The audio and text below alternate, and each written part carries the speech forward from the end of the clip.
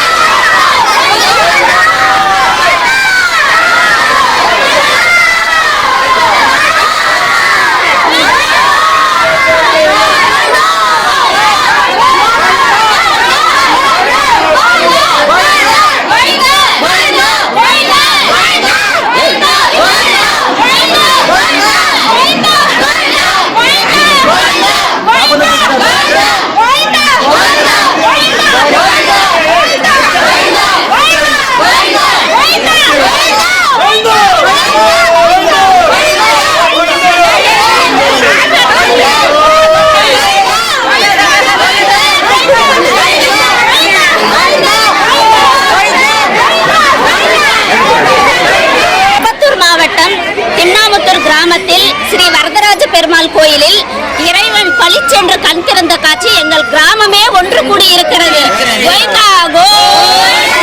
திருப்பத்தூர் மாவட்டம் திருப்பத்தூர் ஒன்றியம் திம்னாமுத்தூர் கிராமம்